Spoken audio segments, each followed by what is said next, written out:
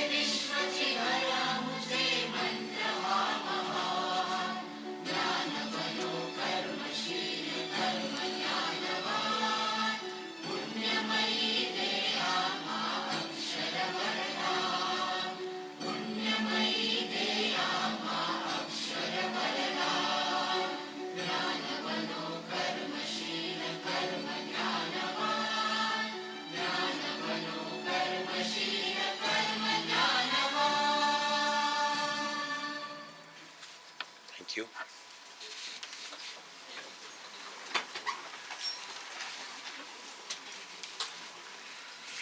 आज मी ज्या व्यक्तीचा परिचय करून देणार आहे ती केवळ यशस्वी उद्योजक नाही तर संघर्षातून घडलेली एक प्रेरणादायी कहाणी आहे. श्री प्रभाकर शिंदे, संस्थापक व संचालक वीर फिटनेस पुणे. ही कथा सुरू होते परभणी जिल्ह्यातील एका साध्या कुटुंबातून. आर्थिक अडचणी, मर्यादित साधने आणि शैक्षणिक संघर्ष या सगळ्यातून त्यांचा जीवन प्रवास घडत गेला. सुरुवातीची पावले कठीण होती, पण हार मानणे हा पर्याय कधीच नव्हता. मेहनत, आत्मविश्वास आणि सातत्य यांच्या जोरावर त्यांनी प्रत्येक अडथळ्याला संधीमध्ये रूपांतरित केलं. 1997-98 साली प्रभाकर शिंदे एका कार्यालयात चहा देण्याचे काम करत होते. त्यावेळी कोणालाही कल्पना नव्हती की हा तरुण एक दिवस स्वतःचा ब्रँड उभा करेल. जवळपास 2 दशकांनंतर 2015-16 मध्ये त्यांनी त्याच लोकांना पुन्हा भेटले, पण यावेळीची परिस्थिती बदललेली होती. ते एका प्रदर्शनात स्वतःच्या ब्रँडचे प्रतिनिधित्व करणारे यशस्वी उद्योजक म्हणून उभे होते. हा केवळ एक क्षण आठवत नव्हता, तर सातत्य, संयम आणि आत्मविश्वासाचे जिवंत उदाहरण होता. विक्री, विपणन आणि ग्राहक संवाद या क्षेत्रातील अनुभवाच्या बळावर त्यांनी वीर फिटनेसची स्थापना केली. असा एक ब्रँड जो आज प्रीमियम मसाज चार्जर्स, फिटनेस उपकरणे आणि जिम इन्स्टॉलेशनसाठी ओळखला जातो. गुणवत्तेचा जागतिक दर्जा समजून घेण्यासाठी त्यांनी चीनमधील कॅन्टॉन फेअरला भेट दिली, तसेच कोरिया आणि दुबईतील वेलनेस मार्केटचाही अभ्यास केला. आज वीर फिटनेस देशातील प्रमुख शहरांमध्ये कार्यरत असून गुणवत्ता, ग्राहक केंद्रित दृष्टिकोन आणि मजबूत विक्रीनंतरच्या सेवेसाठी ओळखला जातो. प्रभाकर शिंदे यांचा ठाम विश्वास आहे की व्यवसायासाठी कोणतेही मोठे भांडवल आवश्यक नसते. आवश्यक असते ती एक स्पष्ट कल्पना, धाडस आणि दीर्घकाळ टिकून राहण्याची जिद्द. आज आपल्यासमोर उभे असलेले श्री प्रभाकर शिंदे याच गोष्टीचे जिवंत उदाहरण आहेत. उद्योजकता म्हणजे सुरुवात कुठून झाली याचा प्रश्न नसून प्रवास किती निष्ठेने चालू ठेवला याचे उत्तर आहे. मी श्री प्रभाकर शिंदे यांचे मराठवाडा मित्रमंडळातर्फे मनपूर्वक स्वागत करतो आणि आपल्या महाविद्यालयाचे प्राचार्य डॉक्टर निकम सर यांना मी विनंती करतो की शिंदे सरांचं स्वागत सॅपलिंग आणि मोमेंटो देऊन करावं. टाळ्यांच्या गजरात आपण स्वागत करूया.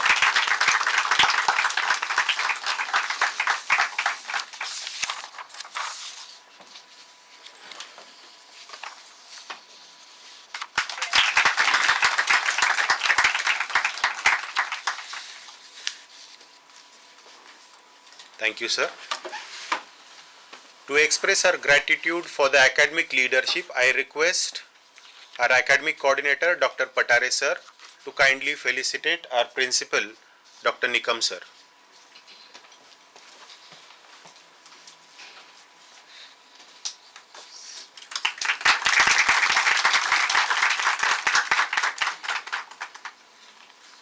I also request Dr. Ashwini Parki ma'am to kindly felicitate our academic coordinator, Shri Patare sir.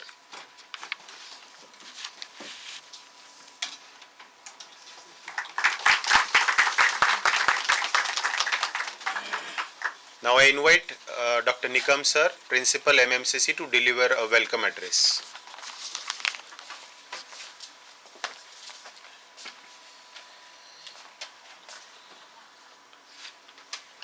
Yesterday, we conducted our first talk in this entrepreneurship development talk series,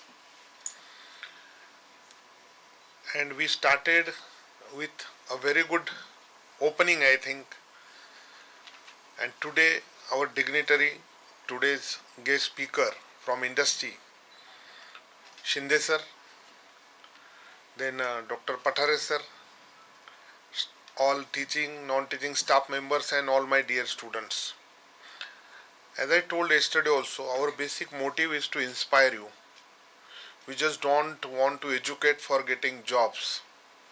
We don't want you to compulsory do jobs. Our Honorable Executive President Jadhav sir also emphasized this quote yesterday, that you shall be job givers and not job seekers. So that is our ultimate objective. And I hope you will be very much keen to listen to these great people, those who have made their world in industries. After going through very, very hard path, I think. कोणती मोठी गोष्ट जीवनामध्ये लगेच होत नसते. त्याच्यासाठी वर्षानुवर्ष माणसाला त्रास सहन करावा लागतो. खूप ऊन वारा पाऊस झेलावा लागतो. आणि तेव्हा जाऊन त्यांना स्टेज मिळतं मोठा. तेव्हा जाऊन ते रेकॉग्नाइज होतात आणि जगापुढे एक आदर्श निर्माण करतात. आपल्या शिंदे सरांची कहाणी सुद्धा खूप रोमांचक आहे. त्यांचा जो प्रवास इंडस्ट्रीमधला वीर फिटनेस नावाची जी त्यांनी कंपनी सुरू केली आणि खूप चांगलं काम आज त्या फिटनेस इक्विपमेंट्समध्ये, हेल्थ इक्विपमेंट्समध्ये, मसाज इक्विपमेंट्समध्ये प्रोडक्शन ते करतात. इव्हन दिल्लीमध्ये त्यांचं कॉर्पोरेट ऑफिस आहे, पुण्यामध्ये आहे ब्रांच ऑफिसेस, आणि प्रोडक्शन प्लांट सुद्धा पुण्यामध्ये आहे. तर खरोखर ही गगनभरारी घेण्यासाठी त्यांना काय काय करावं लागलं हे आपण त्यांच्या शब्दामध्ये ऐकण्यासाठी खूप उत्सुक आहोत. मला वाटतं आपण सगळेजण लक्ष देऊन ऐकाल. आपल्या स्वतःचं पण एक ड्रीम ठेवा. APJ अब्दुल कलाम साहेबांनी म्हटलेलं की great people sleep with dreams. But wakes up with commitment. आपल्यामध्ये जर ती कमिटमेंट असेल तर एक दिवस आपण सुद्धा आपल्यामधला प्रत्येक जण शिंदे साहेबांसारखा, घुगे साहेबांसारखा या स्टेजवर असेल अजून 10 वर्षांनी, अशी मी आशा व्यक्त करतो. मला बोलायची संधी दिली त्याबद्दल संयोजकांचे आभार मानतो. थांबतो. धन्यवाद.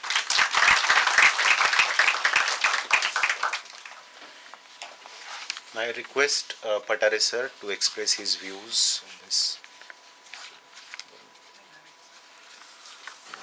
अधिक वेळ न घेता आपण सत्रास सुरुवात करूया. आपण सगळे उत्सुक असाल शिंदे सरांना ऐकण्यासाठी. मी शिंदे सरांना विनंती करतो की त्यांनी मार्गदर्शन करावे.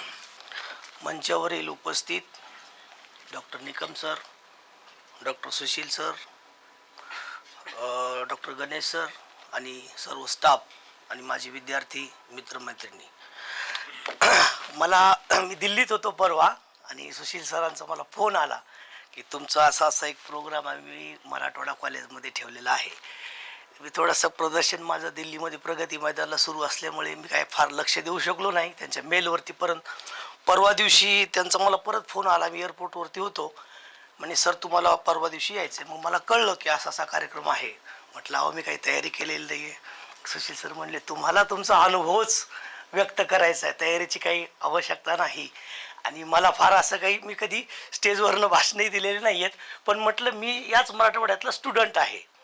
2005 मी इथे शिकायला होतो. म्हटलं आपल्याच कॉलेजमध्ये जातोय, आपलेच विद्यार्थी आहेत, संवाद साधावा असं मलाही मनापासून वाटलं. तर माझा जो प्रवास आहे आत्तापर्यंतचा पुण्याचा, किंवा आत्तापर्यंत पुण्यात कसा मी आलो, व्यवसायाला कशी सुरुवात केली, हे थोडक्यात सांगायचा प्रयत्न करतो. माझं मुळात गाव जिंतूर तालुक्यामध्ये, परभणी जिल्ह्यात जिंतूर तालुक्यामध्ये सोजजोगवाड असं छोटंसं गाव आहे. तर माझे वडील, आम्हाला शेती तेव्हा एकदम मला वाटतं 3 एकर होती. नंतर आम्ही आता घेतली काही शेती. 3 एकर शेती होती. शेतीवरती काही उदरनिर्वाह चालायचा नसं. त्याच्यानंतर माझ्या वडिलांनीही एक छोटा मोठा व्यवसाय सुरुवात केला होता गावामध्ये. तेव्हा भुसार माल घेऊन ते संभाजीनगरपर्यंत त्यांचा व्यवसाय चांगला सुरू होता, संभाजीनगरपर्यंत. त्यानंतर गावात छोटं मोठं हॉटेलही होतं. गाव पातळीवरती कसं असतं की बऱ्याच उधाऱ्या पाधाऱ्या असा विषय असतो व्यवसायामध्ये. तर वडिलांना ते अपयश आलं, आणि वडिलांना अपयश आलं त्याच्यानंतर मग वडील थोडंसं ड्रिंकच्या आहारी वगैरे गेले माझे वडील. आणि मग ते आमच्याकडे दुर्लक्षच झालं. आम्ही 3 भावंड. मी सगळ्यात लहान, माझा 2 नंबरचा भाऊ राम शिंदे, आणि धीरज शिंदे, आणि मी प्रभाकर शिंदे सगळ्यात लहान. तर आमचा असा प्रवास झाला की शिक्षण जे होतं की आमच्या गावातून आम्हाला 7 किलोमीटर जाणं येणं करावं लागत. असं सायकल पण नव्हती, पायात चप्पल पण नव्हती. 7 किलोमीटर आम्ही रोज सकाळी, शाळा झेडपीची शाळा होती 8:30ला. तर 7 किलोमीटरचा प्रवास जो होता तो आम्हाला 1.5 तास लागायचं मला वाटतं तेव्हा. तर त्या 1.5 तासात आम्ही चालत जायचो. शाळा 12 वाजता असायची. आम्ही 10 वाजता घरनं निघायचो. 11:30ला राष्ट्रगीत, प्रार्थना, तेव्हा ते पोहोचायचो शाळेत. रोज अपडाऊन. मग थंडीचे दिवस असतील, पावसाळा असेल, ह्या सगळ्या दिवसात आम्ही पाऊस, ऊन, वारा सगळं सहन केलं, आणि शाळा आमची 10वीपर्यंत आम्ही कंप्लीट केली. 10वीला ट्युशन वगैरे तर काही विषयच नव्हता, कारण जाण्या येण्यातच 1.5 तास जाणं, 1.5 तास येणं, हा माझा सगळा प्रवास, स्ट्रगलचा प्रवास सुरुवातीचा. त्यानंतर 10वीला आम्ही 2 भाऊ होतो, सोबतच होतो. कारण 5वीमध्ये माझा 2 नंबरचा भाऊ नापास झाला होता सर. 6 रुपये फीस नव्हती भरायला तेव्हा. तर तो नापास झाला. मग मी 4थीतनं 5वीत मी आलो, आणि 5वी ते 10वी आम्ही सोबत होतो मग शिकायला. तर असा विषय झाला नंतर की माझा जो भाऊ आहे, आणि तो पास झाला 10वीला, आणि मी नापास झालो. 10वीला मला 14 मार्क पडले इंग्लिशला, आणि नापास झालो. आता नापास झाल्यानंतर मग, आणि माझा एक मोठ्या भावाचा एक किस्सा सांगतो. मोठा भाऊ जो आहे तेव्हा सर मला वाटतं 10वीवरती 92-93ला D.Ed होतं 10वीवरती. तर 10वीला माझा भाऊ प्रचंड मोठा हुशार. 10वीला त्याला 80% मार्क पडले, आणि त्याचा D.Edला नंबर लागत होता. तेव्हा D.Ed करण्यासाठी मला वाटतं एक 10,000 रुपये खर्च येत होता. तर तो नव्हता. मग मोठ्या भावाने विचार केला की आत्ताच आपल्याला जर नोकरीची संधी आहे आणि ती संधी आपण प्राप्त केलेली आहे, पण आपल्या परिस्थितीमुळे आपण 10वी सुद्धा करू शकत नाही. म्हणून मोठ्या भावानी मग ते शिक्षण सोडलं आणि मुंबईला गेला आणि मुंबईला एका सिक्युरिटी कंपनीमध्ये जॉईन होऊन एका कंपनीच्या समोर सिक्युरिटी गार्ड म्हणून काम केलं. आणि मग इकडे मीही नापास झालो होतो. त्याला अत्यंत वाईट वाटलं. तेव्हा आता सगळं सोपं झालेलं आहे, मॅसेज व्हॉट्सअप. तेव्हा तिने पत्र लिहिलं मला की तू नापास झाला, अत्यंत वाईट वाटलं आणि आता तू एक काम कर, गावामध्ये राहू नकोस, कारण खेड्यामध्ये दोन्ही लोक असतात. म्हणजे तेव्हा तंबाखूचं व्यसन लागू शकतं किंवा असे घरच्यांना भीती होते. मग त्यांनी काय केलं मोठ्या भावानी की आमच्या गावातला एक चुलत भाऊ परभणी ठिकाणी रिक्षा चालवत होता. म्हटलं काही झालं तर ह्याला गावातून बाहेर काढ आणि गाव सोडायला लाव. आणि मित्रांनो, मी 10वीत वय किती असतं आपलं, 16-17 वर्ष नाही का, तेव्हा मी गाव सोडलं आणि परभणीमध्ये एका रेस्टॉरंट, आता 10वी नापास म्हटलं मला कोण जॉब देणार, एका रेस्टॉरंटमध्ये मी कामाला लागलो. मग रेस्टॉरंटमध्ये ते हॉटेलच होतं. तिथून मग मी त्या हॉटेलवरनं मग रोज माझं काम कपबश धुणे, त्यानंतर तिथून मी चहा घेऊन जात होतो एखाद्या ऑफिसला, कुठल्याही ऑफिसला आसपासच्या सगळ्या चहा घेऊन जाणे हे माझं काम होतं. मग एक तिथे जम्बो झेरॉक्स नावाचं एक शॉप होतं. तिथे प्रदीप सेट्टे म्हणून ओनर होते. ते मला म्हणायचे, यार तू खूप लहान दिसतो, इतक्या वयात तू काम करतो, हॉटेलवर काम करतो, नापास झाला हरकत नाही, तू इथे काम कर, मलाही एम्प्लॉयची गरज आहे. म्हटलं आपलं प्रमोशन होतंय. हॉटेलवरनं झेरॉक्सवरती कामाला आलो. त्यानंतर तिथे काही दिवस काम केलं. त्यानंतर मग परभणीला मला अजूनही आठवतं, गणेश मेडिकल हॉल नावाचं आत्ताही खूप सोनी ओनर आहेत त्याचे, तिथे मेडिकल आहे. काही दिवस मेडिकलवरती काम केलं, कारण की मला थोडं गिल्टी वाटत होतं की गावात गेलो काय सांगतो, परभणीला गेल्यावर हॉटेलला काम करतो का, म्हणून मी आपलं मेडिकलवरती काम केलं. ते सगळा प्रसंग झाला. त्याच्यानंतर हा मला वाटतं मी 10वीला नापास झालो होतो. माझी 10वी जी होती 95-96 आणि सर मी पास झालो 99ला. तर ते नंतर त्याच्यावरती येतो. आणि नंतर मग म्हणजे 3 वर्ष नापास झालो होतो. आमच्या आत्यानी गावामध्ये जीप घेतली होती सर. मग ते मेडिकलवरचा जॉब मला आत्या म्हणली, कशाला जॉब करतोस तू, आपलीच गाडी चालव. आता मला तर गाडी चालवता येत नाही, गाडी चालवणार ड्रायव्हर, मी क्लीनर. रोज आपलं गाडी क्लीन करणे, पॅसेंजरचे पैसे घ्यायचे, जमा करायचे, आत्याला रात्री जमा करून द्यायचे पैसे, आणि मग हे सगळा प्रवास माझा झाला. त्याच्यानंतर मग आमच्या परभणीला मला वाटतं 99ला विक्रम बोके साहेब SP म्हणून आले आणि अवैध वाहतूक त्यांनी बंद केली. आमचा जीपचा बिझनेस बंद झाला. आणि मग आता काय करायचं, तर तेव्हा मग माझा भाऊ सिक्युरिटीमध्ये असताना त्यालाही आमच्या आत्यानी इकडे बोलवून घेतलं होतं की तू ये, तो जॉब सोड. आम्ही दोघंही भाऊ जीप चालवायचो. आणि बोके साहेब आल्यामुळे अवैध वाहतूक बंद केली. बंद केल्यानंतर आमच्या गावात एक शिक्षक होते, त्यांचं नाव होतं प्रमोद इंगळे. ते म्हटले की त्यांचं अकोट तालुका आहे विदर्भात, तेलारा गाव आहे, तर तिथे तुम्ही जीप चालवा. त्यांनी आम्हाला छोटीशी रूम दिली, आम्ही तिथे जीप चालवत होते. मग जीप चालवत असताना आता काही किरकोळ कारणामुळे माझा मोठ्या भावाचा नॉर्मल वाद झाला आणि मी रुसून परत गावात आलो. गावात आल्यानंतर मग गावात काय असा बरेच काही दिवस थांबलो. आमच्या गावात नाटक मंडळी होती, तिथे मग त्यांना स्त्रीचा रोल नव्हता कोणी करायला. मला म्हणले तू नाटकात काम करणार का, म्हणलं करणार. आणि मी कसं पहिल्यापासून रोकटोक होतो, घाबरत नव्हतो. म्हणलं लेडीजचा रोल करणार. त्या नाटकाचं नाव होतं सुगंधा गावात आली, मी सुगंधा झालो. सगळ्या प्रकारची कामं केली. सुगंधा गावात आली, ते नाटक इतकं प्रचंड गाजलं आणि आम्ही एक सस्पेन्स ठेवलं होतं की सुगंधा कोण आहे हे कोणालाच सांगायचं नाही. तर आमच्या गावातल्या पंचक्रोशीतले सगळे लोक सुगंधा बघण्यासाठी आले होते आणि तो मी होतो. आणि मी तेव्हा कसं क्यूटही दिसत होतो लहान असल्यामुळे. आणि नंतर मग ते नाटकात काम केलं मी आणि नाटक फेमस झालं. पण नंतर काय करायचं, आता गाव पातळीवरती कसं की आम्हाला फार असं फ्युचरही दिसलं नाही की या फील्डमध्ये काही नाही. मग आता काय करायचं, मग मी ठरवलं की आपण नोकरी केली पाहिजे. संभाजीनगरला मग मी आलो. संभाजीनगरमध्ये 10वी नापास असल्यामुळे सगळे कंपनीवाले तेव्हा म्हणायचे की 10वी नापासला आमच्याकडे जॉब नाही. मग मी हाऊसकीपिंगच्या कामामध्ये सुरू केलं. वखाड कंपनीमध्ये जॉब केला हाऊसकीपिंगचा. आणि नंतर तिथे एक नायर म्हणून व्यक्ती भेटले मला. नायर मी रोज काम करायचो, हाऊसकीपिंगची कामं, साफसफाई, क्लिनिंग. तर मग मला नायर साहेब म्हटले की बेटा इधर आओ, ते साऊथची होती. आप इतने कम उम्र है और ये जॉब क्यों कर रहे हो, आपका तो पढ़ने लिखने का उम्र है. आणि मग मला थोडंसं मी विचारही करत होतो की खरोखर आपण 3 वर्षे आपण 10वी नापास झालोय. मी सप्ल्या देत होतो, ऑक्टोबर नोव्हेंबर काहीतरी सप्ल्या असायच्या, यश यायचं नाही. मग मी थोडंसं मनावर घेतलं आणि माझा बऱ्यापैकी टर्निंग पॉईंट तिथून सुरू झाला. मग मी 99ला म्हणजे पुस्तक नायर साहेबाचं माझं बोलणं झालं, मी मनावर घेतलं, 2 दिवस विचार केला. मग आपली इंग्लिश गेली आहे, का गेली आहे, आणि बाकीचे लोक पास होतात, असं काय असेल की आपण का नापास होतो याचं आपण चिंतन केलं. इंग्लिशचे जुने पेपर काढले, डिक्शनरी घेतली, पुस्तक घेतलं, रात्र दिवस ते नाही कळलं तरी लिहून काढायचो, अभ्यास करायचो, वाचायचो. नंतर कळत कळत गेलं आणि सप्ली दिली आणि पास झालो. आणि 10वी पास झाल्यानंतर इतका आनंद झाला मला की जसं काय मी डॉक्टरेट मिळवली होती. 10वी पास झालो. त्याच्यानंतर मी ठरवलं आता ॲडमिशन घ्यायचं आणि आपल्याला D.Ed करायचं आहे. आपल्या भावाचं स्वप्न पूर्ण करू म्हटलं, आपण शिक्षक व्हायचं म्हटलं मला. ठीक आहे. त्यानंतर मग मी जिंतूरला आलो, ॲडमिशन घेतलं, 11वी केली. 11वी करत असतानाही पैसे नव्हते.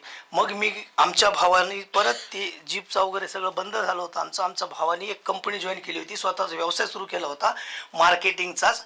तेव्हा आता माहिती नाही, आता बहुतेक सगळ्या सोसायट्यात लिहिलं असतं की सेल्समन लोकांना अलाउड नाही, पण तेव्हा त्याच्याकडे सेल्समन असायची.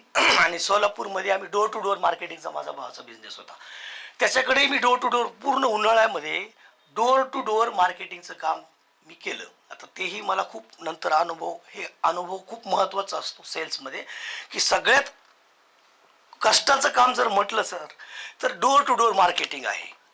तर ती डोअर टू डोअर मार्केटिंग मग मी सोलापूरमध्ये काही दिवस केली. 11वी झाल्यानंतर मग 11वीच्या सुट्ट्यामध्ये उन्हाळ्यात त्या डोर टू डोअर मार्केटिंग करून मग मी गावी आलो. 10,000 रुपये मला वाटतं कमवले होते मी तेव्हा. मग मी एक म्हैस घेतली. त्या म्हशीचं आमची आई गवत आणायची, त्या म्हशीचं दूध काढायचं, मी शाळेत कॉलेजला जात असताना दूध घालायचं, आणि त्याच्यावर मी शिक्षण 12वी केली. मला 12वीला D.Edसाठी 80% काहीतरी कंडिशन होती. तेव्हा मला पडले काहीतरी 65 मार्क पडले 12वीला. अपयश आलं. अपयश आल्यानंतर मग माझा मोठा भाऊ म्हणला की हरकत नाही, तू एक काम कर, आता प्रोफेसर हो. आता ग्रॅज्युएशन केलं पाहिजे म्हटलं आणि प्रोफेसर झालं पाहिजे, हा माझं स्वप्न प्रोफेसर होण्याचं. नंतर मग आता B.Com मी आमच्या DSM कॉलेजला केलं, आणि B.Com केल्यानंतर M.Com तिथे नव्हतं, आणि तेव्हाच मी ठरवलं होतं मला पुण्याला जायचं M.Com करण्यासाठी, आणि पुण्याला जाऊन सेटनेट करायचं. आणि मग मी 2005ला पुण्याला आलो.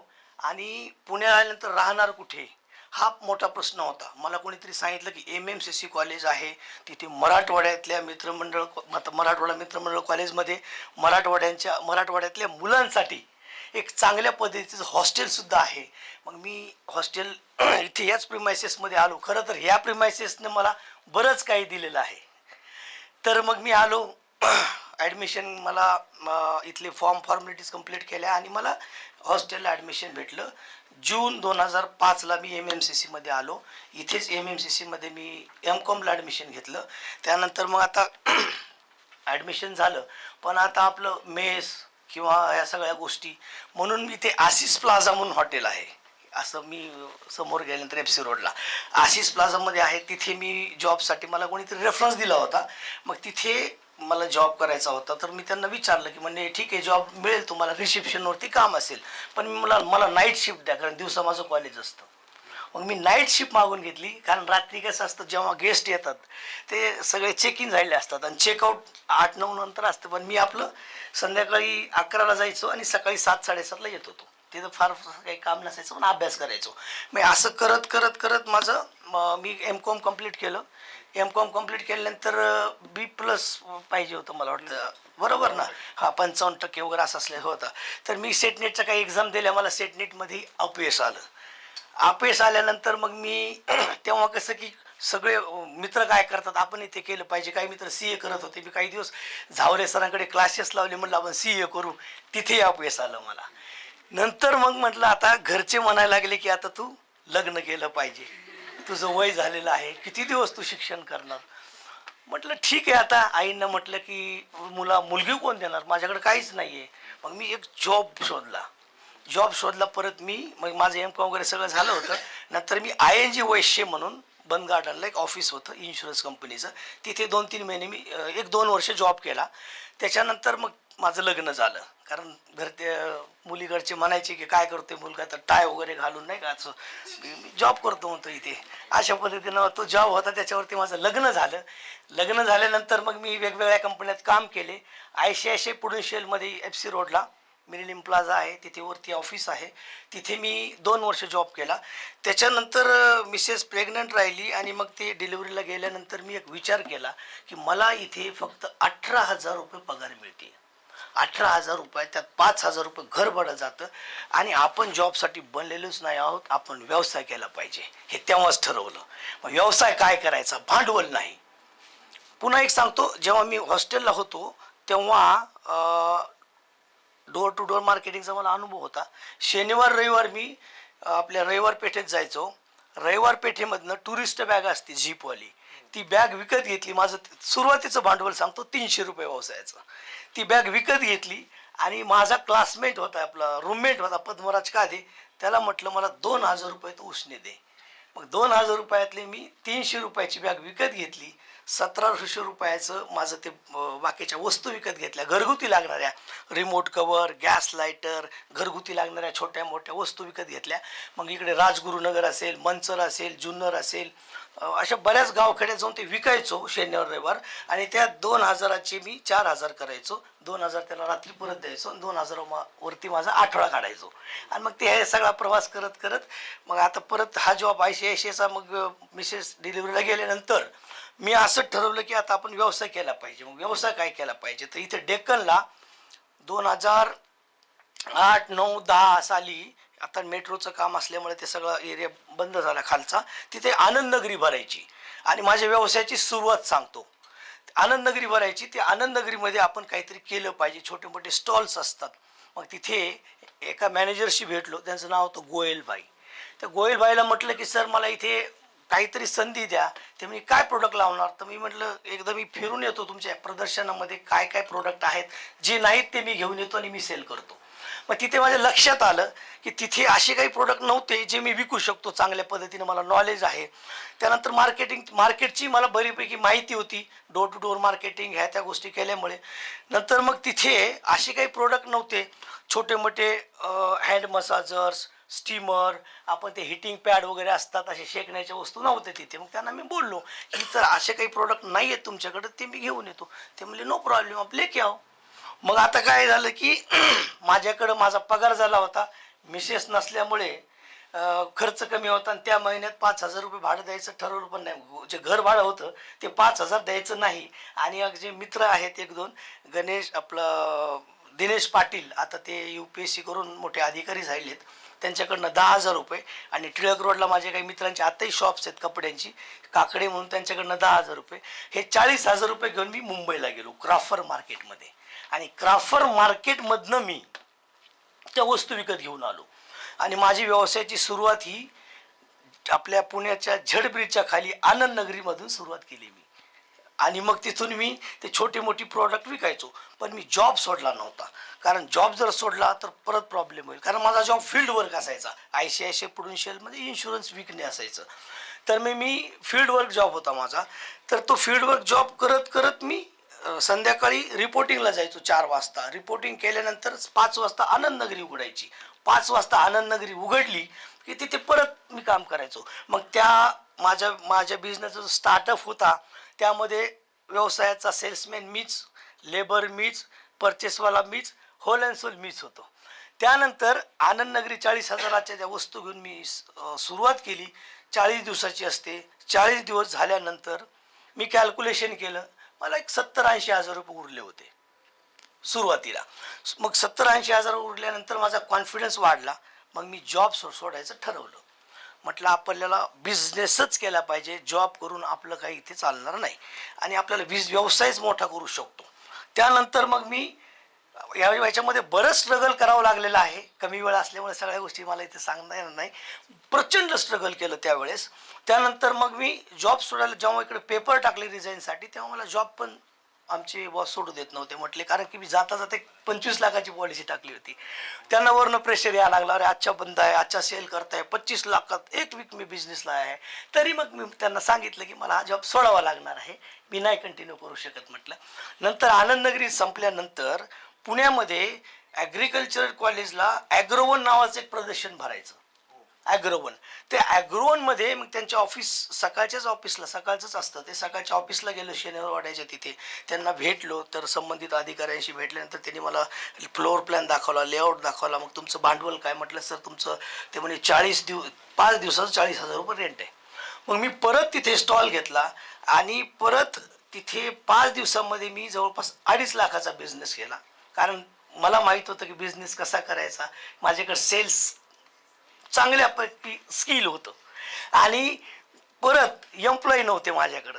मग मी ICICI प्रुडेन्शियलचे मित्र, त्यांचं फील्ड वर्क असायचं, 2-3 मित्रांना जमा करून त्यांना 5 दिवस तिथे घेऊन गेलो. माझे ते एम्प्लॉय होते. आणि मग सुरुवात केली. त्याच्यानंतर मग मी 2 एम्प्लॉय घेतले. माझा मेवणा आहे भगवान तळेकर, एक लातूरचा, एक माझ्या मित्राचा चुलत भाऊ गावात, तोही असाच फिरत असल्यामुळे तोही माझ्याकडे आला आणि ते 2 एम्प्लॉय घेऊन मग मी सुरुवात केली. त्याच्यानंतर दुसरं प्रदर्शन आलं, किसान प्रदर्शन, जे मोसीला आजही भरतं डिसेंबर महिन्यामध्ये. त्या किसान प्रदर्शनाच्या ऑफिसला भेट दिली. मिस्टर अतुल मारणे म्हणून होते तिथे. त्यांना म्हटलं, सर मला तुमच्या प्रदर्शनामध्ये स्टॉल हवा आहे. म्हटले प्रोडक्ट काय? म्हटले प्रोडक्ट माझ्याकडे हे असे हाऊस होल्ड प्रोडक्ट वगैरे. ते म्हणे माफ करा, आमच्याकडे फक्त शेती रिलेटेडच प्रोडक्ट आम्ही देऊ शकतो, बाकीच्या लोकांना आम्ही देत नाही. मग मी विचार केला, बरं शेती रिलेटेड आपल्याला काय आणून विकता येईल इथे. तर मग मी त्यांना विचारलं, म्हणलं शेतकऱ्यांना टॉर्च लागतात? म्हणले हो. शेतकऱ्यांना स्नॅप अँड ग्रिप असा पाणी वगैरे लागतात? म्हटले हो. मग परत मुंबईच्या क्रॉफर मार्केटमधून गेलो, शेतकऱ्याला लागणाऱ्या वस्तू आणल्या आणि 5 दिवसात तिथे भाग घेतला. 2 लाख रुपये माझ्याकडे होते इन्व्हेस्टमेंट करून. मी 5 दिवसात 10 लाखाचा बिझनेस केला तिथे. म्हणजे संधी ही मित्रांनो शोधावी लागते आणि कुठलीही अपॉर्च्युनिटी ती येत असते. आता आणि दुसरी गोष्ट म्हणजे नशीब हे काय नसतं, फ्रँकली सांगतो तुम्हाला. नशीब हे आपल्या हातात असतं, आपल्या कष्टात असतं, आपल्या मेहनतीत असतं. त्याच्यानंतर मी पुण्यात उत्सव एक्झिबिशन आत्ताही भरतं. आत्ताही कधी कोणी आला तर पुण्यात उत्सव एक्झिबिशनमध्ये वीर फिटनेसचा सगळ्यात मोठा स्टॉल माझा असतो. ठीक आहे. तर पुण्यामध्ये मग वीर फिटनेस उत्सवच्या ऑफिसला गेलो. त्यांना म्हटलं की मला सर इथे स्टॉल हवा आहे आणि मला माझे हे प्रोडक्ट आहेत. तर ते म्हणजे हे प्रोडक्ट आमच्याकडे आहेत, पण त्यांच्याकडे काही असे नव्हते. ती प्रोडक्ट घेऊन मी एंट्री केली. मला माहिती आहे एकदा एंट्री केली की इथे आपण नक्कीच पुढे जाऊ शकतो. मग मला फुल body massage chair, treadmill, cycle ह्या वस्तूंचं बरंच नॉलेज होतं. मग मी विचार केला की ही आता काळाची गरज आहे, लोकांना ह्या गोष्टींची आवश्यकता आहे. घरामध्ये सिनियर सिटीजन असतात, त्यांना फूट मसाज किंवा मॉलमध्ये बघतो फुल बॉडी मसाज चेअर, ह्या गोष्टींचं मी नॉलेज घेतलं आणि आपला याच्यामध्ये उत्सव एक्झिबिशनमध्ये गेलो. तर त्यांनी मला छोट्या मोठ्या प्रोडक्टसाठी संधी दिली होती आणि full body massage chair, foot massage, leg massage, treadmill ही करणारी कंपनी बँगलोरची होती. मला त्यांनी एंट्री दिली नाही, कारण की ते एका कंपनीला एक सेम प्रोडक्टचा एकच स्टॉल देतात, दुसऱ्याला देत नाहीत, कॉम्पिटिशन होतं म्हणून. नंतर मग 1-2 वर्ष मी काम केलं छोट्या मोठ्या प्रोडक्टवरती आणि शेवटी तो दिवस आला. मला त्यांनी बोलून घेतलं, म्हणे तुम्ही 2 वर्ष आम्हाला फॉलो करता, हे प्रोडक्ट तुम्ही चांगले करू शकता, ती कंपनी आता येणार नाही, तुम्ही कंटिन्यू करा. मग मी फुल बॉडी मसाज चेअर सुरुवातीला मग मी इंडियामधूनच विकत घेत होतो आणि मग माझा तो तेव्हा रॉयल हेल्थ नाव होतं माझ्या व्यवसायाचं. मग मी थोडंसं माझा मुलगा झाला वीर, मग वीर फिटनेस म्हणून मी तो ब्रँड सुरू केला आणि मग पुण्यातून माझं त्या उत्सव एक्झिबिशनमधनं माझं स्टार्टअप झालं आणि मसाज चेअर ह्या मी चांगल्या पद्धतीने तिथे करत होतो. त्यानंतर मग मी 2017ला चायनाला गेलो. चायनावरनं मग मी स्वतः चायनाला जाऊन जे काही मसाज चेअरसाठी पार्ट्स लागतात ती सगळी पार्टचा अभ्यास करून इम्पोर्ट केले आणि स्वतःची एक छोटं मोठं स्टार्टअप चालू केलं आणि फुल बॉडी मसाज चेअर मी बनवायला लागलो. त्यानंतर मग याच्यामध्ये बराच काळ गेला माझा. त्यानंतर मग बनसलच नाही तर आता भारतामध्ये असली कुठली सिटी नाही आहे, राजकोट गुजरातमध्ये असेल, गुजरातमध्ये सुरत असेल, गांधीनगर असेल, जामनगर असेल, ह्या सगळ्या ठिकाणी, तिकडे दिल्ली असेल, केरळला कोट्याम, कन्नूर, त्यानंतर इकडे नॉर्थला पण गेलो, पंजाबमध्ये, सगळीकडे माझे एक्झिबिशन होतात. आणि भारतातल्या 8 ते 10 मोठ्या मोठ्या कंपन्यांसोबत माझा टायअप आहे. आणि ऑल ओव्हर इंडिया माझ्याकडे आत्ता माझ्या कंपनीमध्ये वीर फिटनेसमध्ये 40 लोकांची टीम आहे. एक CA आहे, मला CA करायचं होतं, मी नाही झालो, पण आता माझ्या कंपनीत CA काम करतो. ही एक अभिमानाची गोष्ट आहे. आणि 40 लोकांचं कुटुंब सर वीर फिटनेसवरती चालतं. इथं आत्ताही गुगल केलात, नवी पेठेतच वीर फिटनेस नावाचं माझं ऑफिस आहे, कॉर्पोरेट ऑफिस आहे.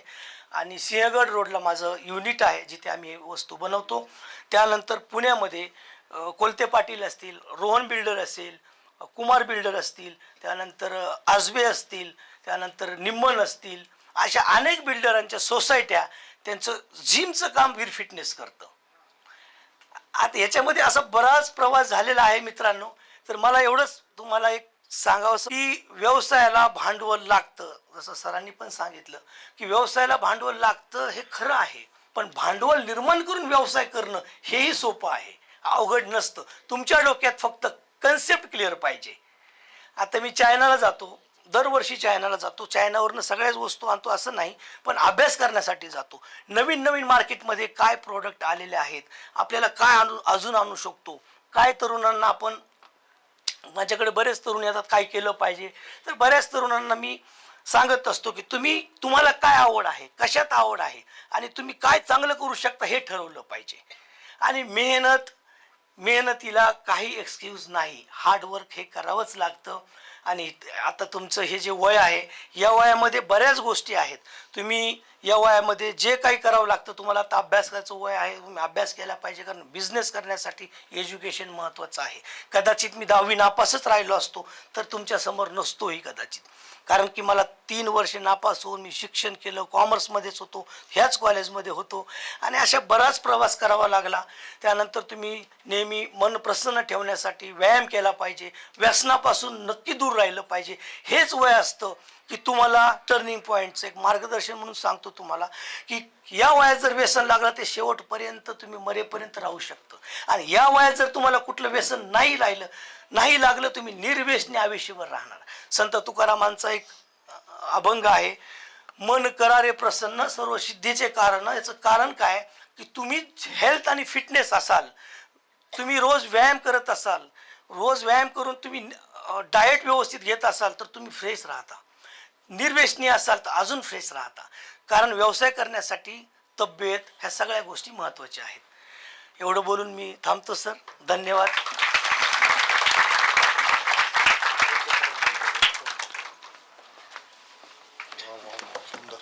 धन्यवाद सर. सेशन संपवताना त्यांनी व्यायाम करा म्हणून त्यांच्या फिटनेसच्या प्रोडक्टचं मार्केटिंग डायरेक्टली केलं. The forum is open for question and answers. विद्यार्थ्यांना काहीही प्रश्न असतील तर विद्यार्थ्यांनी विचारा.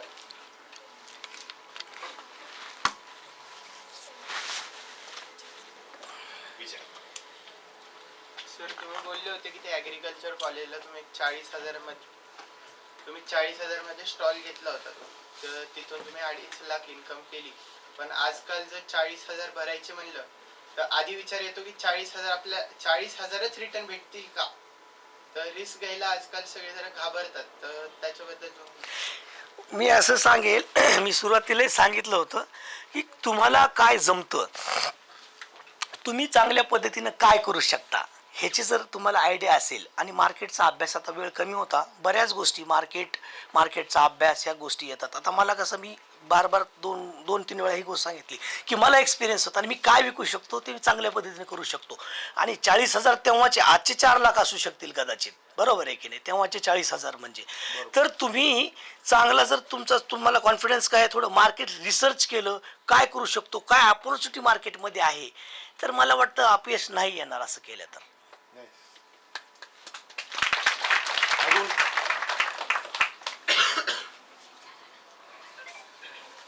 बोला, प्रश्न असले पाहिजेत तुम्हाला भरपूर. हा बोल. Just wait for the mic. Mic घे.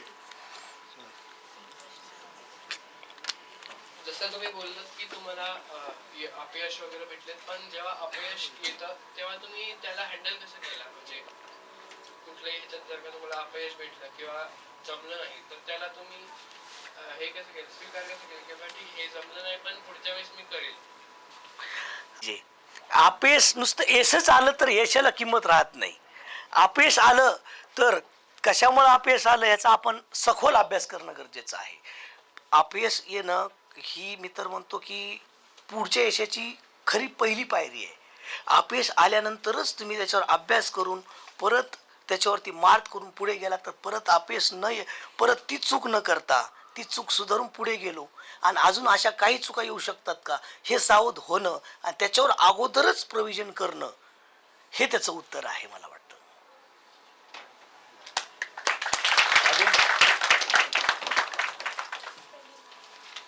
अजून एक प्रश्न कोणाला?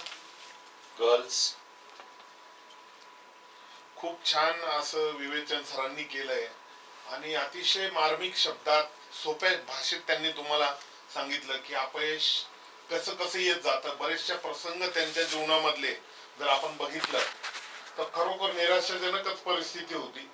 10वीला 3 वेळा नापास होणं ही काही साधी गोष्ट नाही. हे खूप मोठं अपयश होतं खरं त्यांच्या जीवनातलं, पण आज त्याच्यावर मात करून ते उद्योगपती झाले. सगळ्यात मोठा स्टॉल उत्सव मध्ये आज त्यांचा असतो पुण्यासारख्या ठिकाणी, एवढ्या जगामधलं पुढारलेलं शहर आहे आपलं. तर खूप चांगलं वाटलं मला पण. आणि मला एक प्रश्न आहे, पण आता तो इंडस्ट्री रिलेटेड नाहीये. सुगंधा गावात आली हे रहस्य कधी उलगडलं?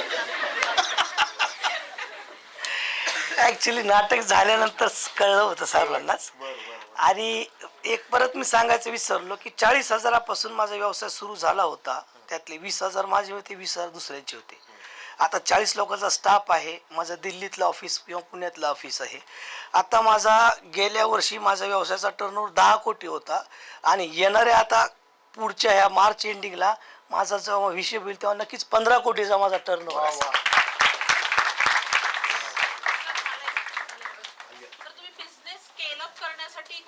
मार्केटिंग स्ट्रॅटेजीज किंवा काय काय मार्केटिंग स्ट्रॅटेजीज वापरले? Actually marketing strategies madam,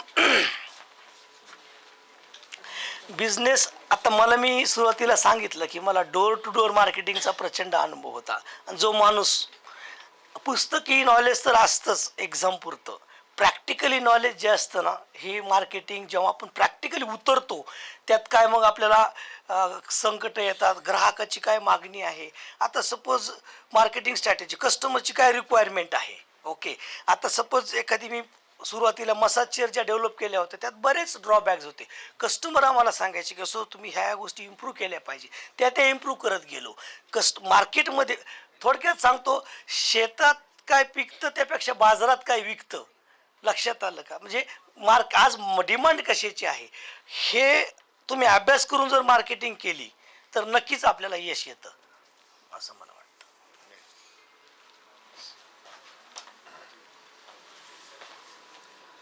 sir, तुम्ही थोड्या वेळापूर्वी असं मेन्शन केलं की माझ्याकडे स्किल्स होती मार्केटिंगची. तुम्ही ज्या छोट्या छोट्या वस्तू घेऊन रविवार पेठेतून वगैरे ज्या राजगुरुनगरमध्ये वगैरे विकायला चालू केलं तेव्हा तुम्ही असं मेन्शन केलं की स्किल्स होत्या माझ्याकडे विकायच्या त्याच्या. तर त्या स्किल्स कशा डेव्हलप करायच्या मार्केटिंगच्या किंवा बिझनेसच्या? तो कॉन्फिडन्स कसा डेव्हलप करायचा स्किल्स?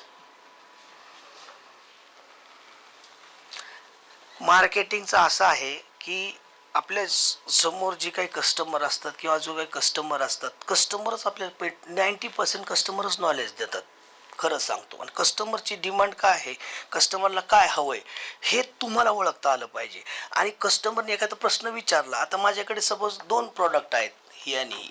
कस्टमरनी सपोज यामध्ये आवड दाखवली आणि हा भलेही चांगला प्रॉडक्ट असला तर आता बिझनेस असतो शेवटी. त्याला ही तुम्ही साध्या कपड्याच्या दुकानात जरी गेलो, तुम्ही जर 4 गोष्टी तुम्ही 4 कलर वेगवेगळे पसंत आले तुम्हाला 4, तर तो सेल्सवाल्यानं लक्ष ठेवलं पाहिजे की यांना नेमकं कुठल्या कलरवरती, त्याच्यासोबत 2 जण असतील तर कुठल्यावरती जास्त मेजॉरिटी आहे त्याला प्रमोट करता आलं पाहिजे. हे स्किल तुम्हाला तुमच्या ह्याच्यातनंच आलं पाहिजे, तुमच्या टॅलेंटमधनं आलं पाहिजे असं मला वाटतं.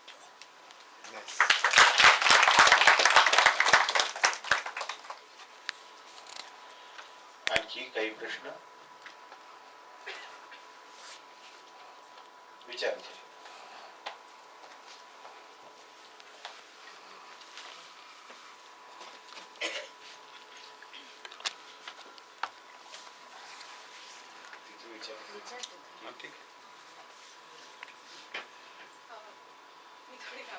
नाही नाही घाबरू नको, बोल बिंदास. मी पण तुझ्यासारखं नवीनच आहे म्हणजे.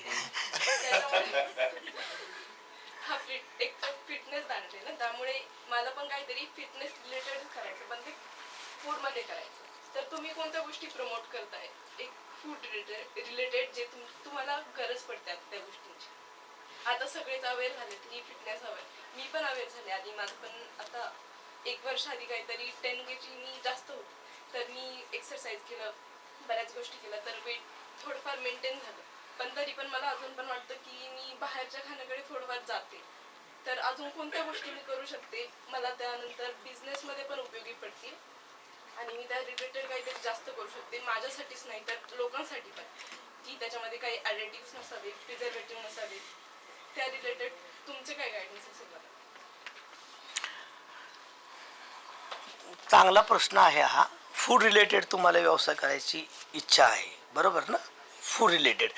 तर ॲक्च्युली आता मार्केटमध्ये असे बरेच प्रॉडक्ट पण आहेत की फूड रिलेटेड, हर्बल लाईफ असतील, त्यांची प्रोडक्ट मार्केटिंग बरीच लोक करतात, पण ते दुसऱ्या कंपन्या आहेत. तुम्हाला तुमचा जर स्वतःचा प्रोडक्ट तयार करायचा असेल तर तुम्हाला त्याच्यावरती थोडा अजून अभ्यास करावा लागेल फूड प्रॉडक्टबद्दल, की लोकांना आपण म्हणजे काही लोक मसाल्याची प्रॉडक्ट करतात, काही बचत गटाच्या माध्यमातून काही महिला आहेत, आजही एक्झिबिशनमध्ये बघतो तर खूप चांगल्या पद्धतीने पैसे कमवतात बचत गटातून आपले घरगुती मसाले तयार करून.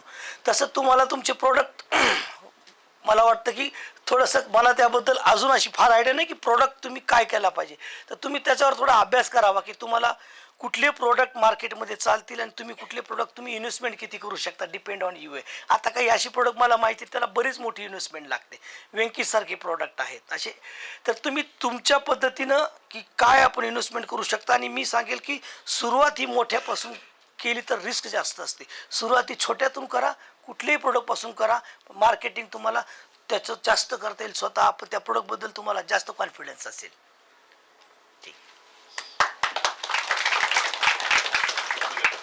बोल.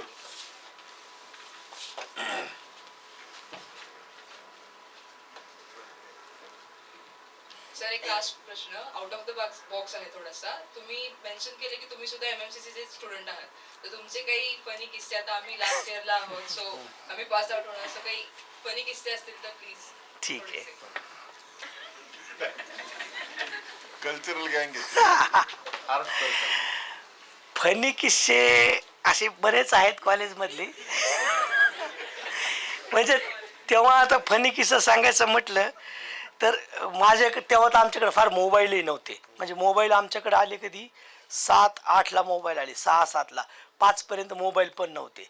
आणि आम्ही असं म्हणजे इथे तेव्हा आम्हाला कर्वे सर म्हणून होते, एडके सर म्हणून असायचे, आणि आमचा बराच चांगला ग्रुप होता. मी माझ्याकडं तर बाईक नव्हती, त्यामुळे तेव्हा कसं होतं की माझ्याकडं आमचे काही मित्र होते, त्यांच्याकडे बाईक असायची, त्यांच्याकडे गर्लफ्रेंड असायचे, त्यामुळे माझ्याकडे असे काही, मी एकदम सर्वसाधारण होतो, माझ्याकडं काही मोबाईलही नव्हता, त्यामुळे असे काही माझ्या आयुष्यातले फार किस्से नाही आहेत. सुशील सर आमच्यासोबतच होते तेव्हा. थँक्यू.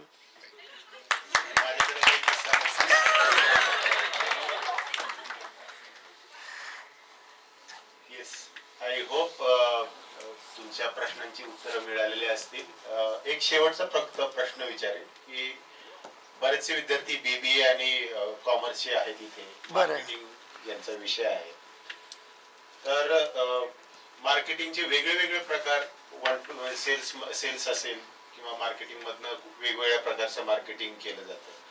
पण हे एक्झिबिशन मार्केटिंग हा जो प्रकार आहे, तुम्ही जो ज्याच्यातून तुम्ही यश मिळवलं, त्याच्याबद्दल थोडक्यात. चांगला प्रश्न आहे हा सर. एक्झिबिशन ही एक अशी इंडस्ट्री आहे, आज वर्ल्डमध्ये असं कुठलंही प्रोडक्ट नाही, कुठली इंडस्ट्री नाही त्याचं एक्झिबिशन होत नाही.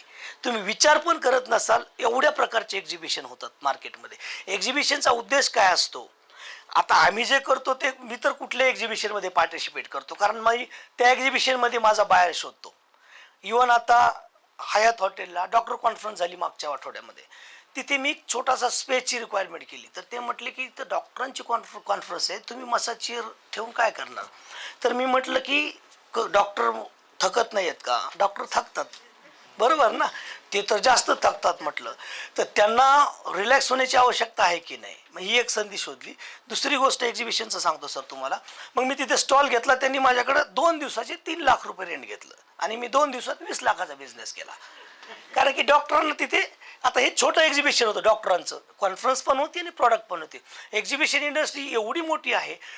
जसं मॅडम यांनी विचारलं ताईंनी की तुम्हाला काहीतरी फूड प्रोडक्टमध्ये जायचं आहे, तर मी नक्की अजून एक सजेस्ट करेन. आता तुमचं आता इतकं सोपं झालं आहे. आमच्या काळात तर गुगल ह्या गोष्टी नव्हत्या. आता तर त्याचा AI आम्ही वापर करतो. ChatGPTला प्रश्न जरी विचारला तर तुम्हाला 100 ॲन्सर्स येतील. भारतामध्ये तुमच्या इंडस्ट्रीचं कुठे एक्झिबिशन आहे.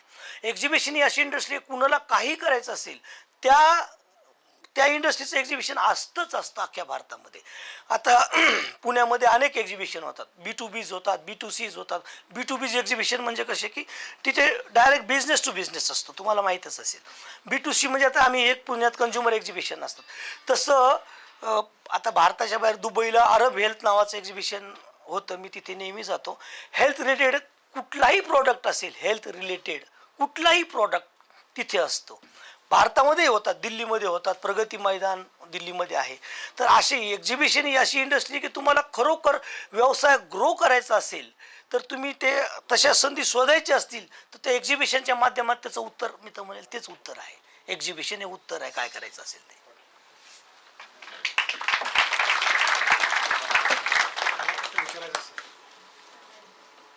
आणखीन कोणी आहे का.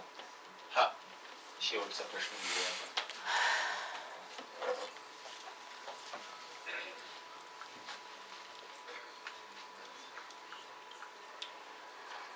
ऍक्च्युली दिसायला येतं की गव्हर्नमेंट वगैरे असे कंपनीशी टाईप करते की फिटनेस काय किंवा हे काय, तर तसं तुमचं काही आहे का असं की गव्हर्नमेंटची टाईप आहे फिटनेस ड्राईव्हसाठी कुठलं तरी असं.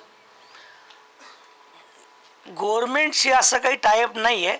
गव्हर्नमेंटचं कसं असतं, गव्हर्नमेंटचा एक प्लॅटफॉर्म आहे जेम्स नावाचा.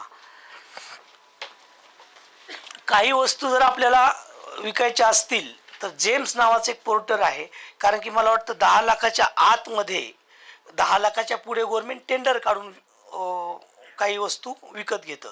पण आता मी Lonavala Khandala police training centre म्हणून आहे, 2 वर्षापूर्वी खंडाळा पोलीस ट्रेनिंग सेंटरमध्ये मी बरेच हेल्थची कामं केलेली आहेत.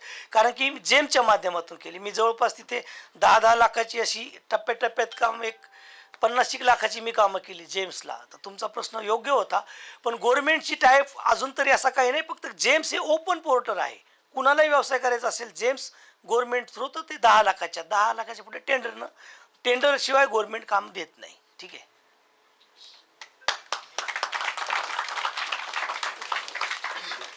आय होप आपण तुम्ही जे काही प्रश्न विचारले त्यांचं समाधान झालेलं असेल.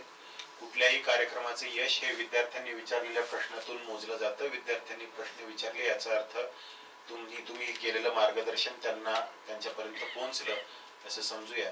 आणि या कार्यक्रमाची औपचारिकता आपण आभार प्रदर्शनाने करण्यासाठी मी ऋषिका मॅडमना आमंत्रित करतो.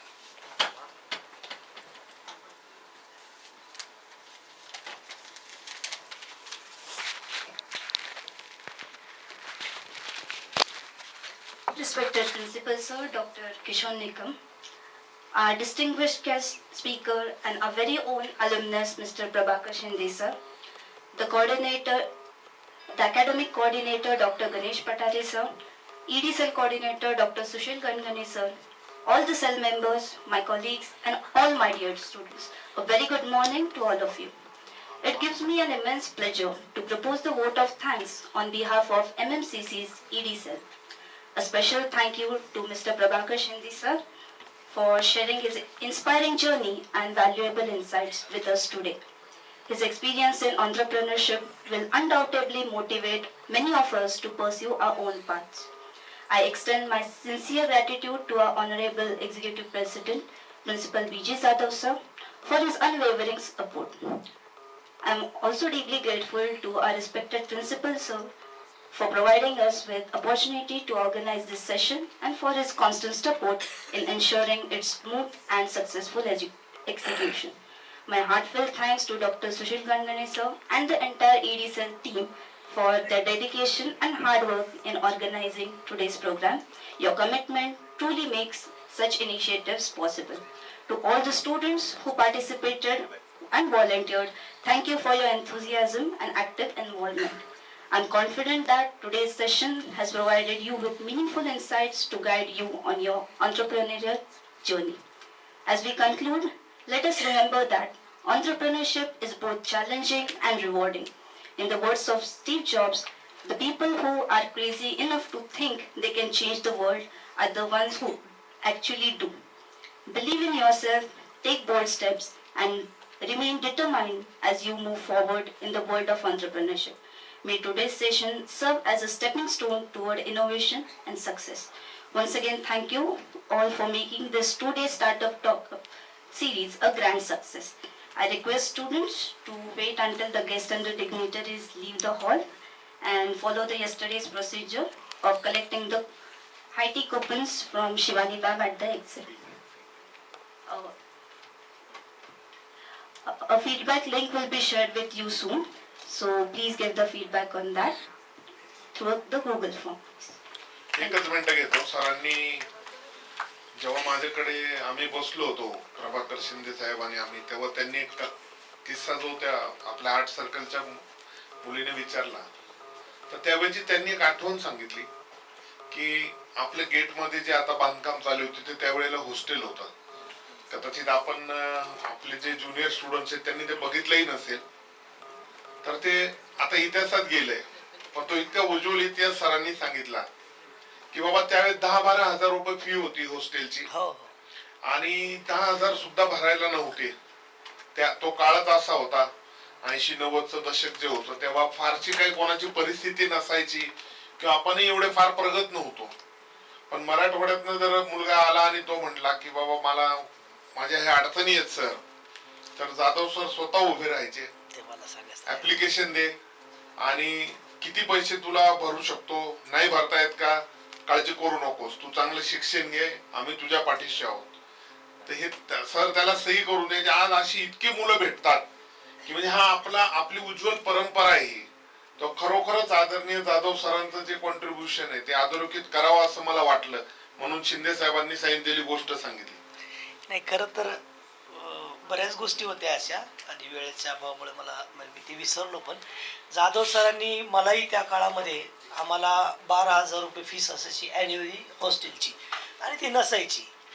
तर मग काय करायचं, रेक्टर असायचे, रेक्टरचं काम काय की ते प्रेशर करायचे की पैसे भरा. मग जाधव सरांकडे आम्ही गेलो, जाधव सर म्हणजे अर्ज करून आण, त्या अर्जावर लिहायचो आम्ही असा परिस्थिती. जाधव सर 2च प्रश्न विचारायचे, आई वडील काय करतात, बरं सर गरीब परिस्थिती, किती भरू शकतो सर 2,000, आहेत का ते पण, हो सर, आणि ठीक आहे माफ पैसे. म्हणजे असे जाधव सर आहेत. जाधव सरांचं खूप मोठं, माझ्यासारख्या अनेक विद्यार्थ्यांना जाधव सरांचं सहकार्य मार्गदर्शन लाभलेलं आहे.